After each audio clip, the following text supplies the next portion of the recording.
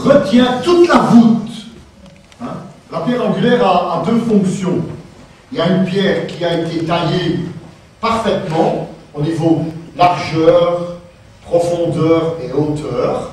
C'est bien d'équerre, et cette pierre, on la met dans le coin du bâtiment, et de là partent toutes les briques qui montent, et qui vont dans la largeur et la longueur. Ça, c'est la pierre angulaire. Mais la pierre angulaire est aussi la pierre, vous savez, vous avez déjà été voir dans les églises, des bâtiments, et ils ont des coupoles comme ça qui se terminent avec des briques. Hein? Ça fait une voûte comme ça. Eh bien, cette voûte ne tient que par une pierre. C'est la dernière pierre que l'on a mis tout au-dessus, dans le sommet. Hein? Et quelquefois, elle est décorative avec une pointe qui descend, ou bien comme ça. Eh bien, cette pierre, quand vous l'enlevez, il y a tout qui tombe. Parce que cette pierre, elle est tellement bien taillée que quand elle vient prendre sa place dans ce trou, elle donne une pression comme ça, et comme ça, qui fait que ça tient. Et c'est vraiment exceptionnel. Eh bien, Christ fait exactement la même chose dans l'Église. C'est la raison pour laquelle, si nous décidons de définir notre appartenance à l'Église, nous accomplissons notre objectif. La deuxième responsabilité que nous avons, c'est notre communion fraternelle. On a assez parlé là-dessus, hein, et on a assez montré que nous devons apprendre à vivre ensemble, et ça doit être notre vision, de vivre en communauté, hein, en communion fraternelle. C'est important. Nous devons travailler à ça. La troisième responsabilité que nous avons, c'est que notre intérêt pour les autres doit se développer de jour en jour. C'est la cible. Et la cible, c'est l'Église. On vient ensemble et on vise à travailler les uns pour les autres. Notre intérêt. Je vous aime pas parce que j'ai des sentiments amoureux pour vous. Je vous aime parce que le Seigneur m'a dit que je devais vous aimer. Et je travaille à vous aimer. C'est un commandement. Et ça, c'est ma cible. Là, la quatrième chose que l'on voit, c'est notre encouragement. Mon désir, c'est de vous encourager. C'est ma tâche. Ma tâche, c'est d'encourager la famille de Dieu. Quand vous êtes découragé, quand vous êtes abattu, quand vous avez des besoins, eh bien, je prie pour vous. J'essaie de vous aider en fonction des moyens que je dispose. Hein. Si j'ai des talents pour vous aider, hein, si je peux vous aider à tapisser votre maison, à peindre votre maison, à faire de la plomberie, de l'électricité, je sais faire ça. Eh bien, quand vous en avez besoin, je viens vous aider. Ça, c'est mon encouragement. Vous n'êtes pas seul. Et chacun d'entre vous, vous avez des dons que Dieu vous a donnés pour que vous puissiez encourager vos frères et vos sœurs. Ou je suis là pour vous écouter. Il y a des gens qui ont besoin de parler seulement.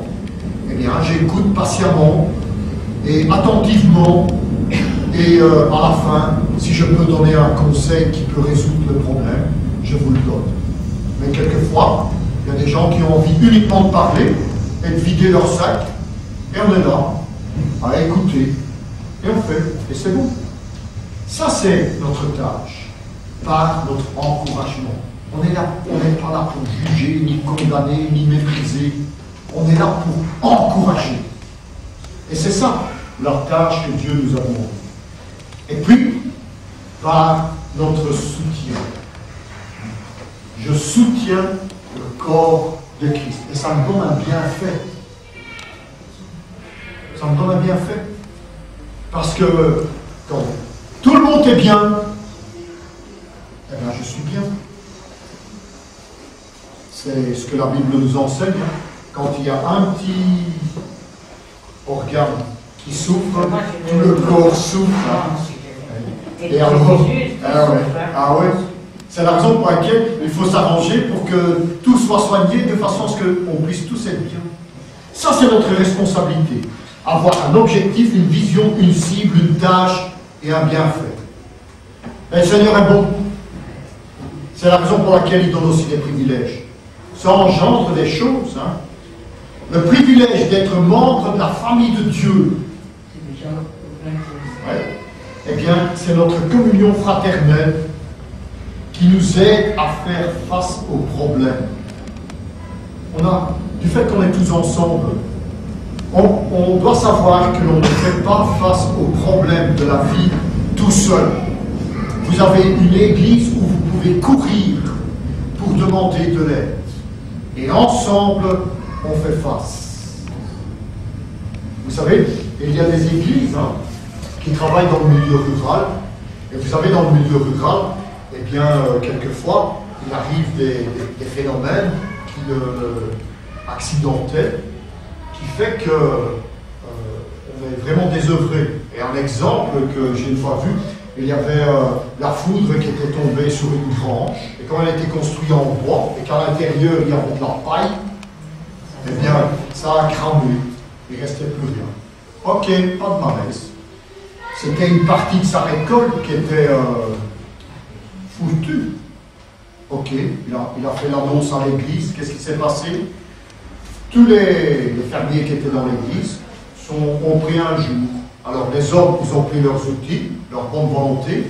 Les femmes, elles ont pris leurs recettes de cuisine. Hein. Et les enfants, ils sont allés pour mettre l'ambiance. Les hommes ont reconstruit une grange.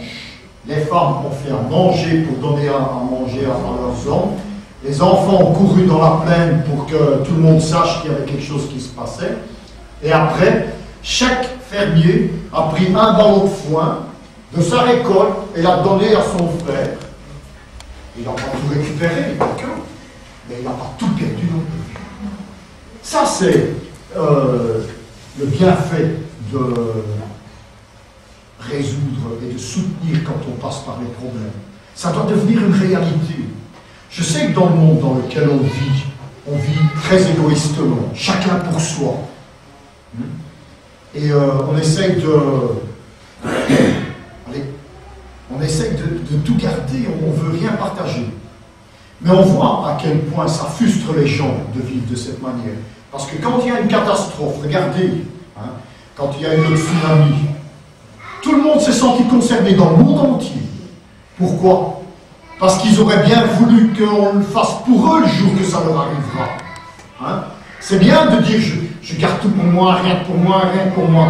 Mais quand on voit la misère et quand on voit le malheur tomber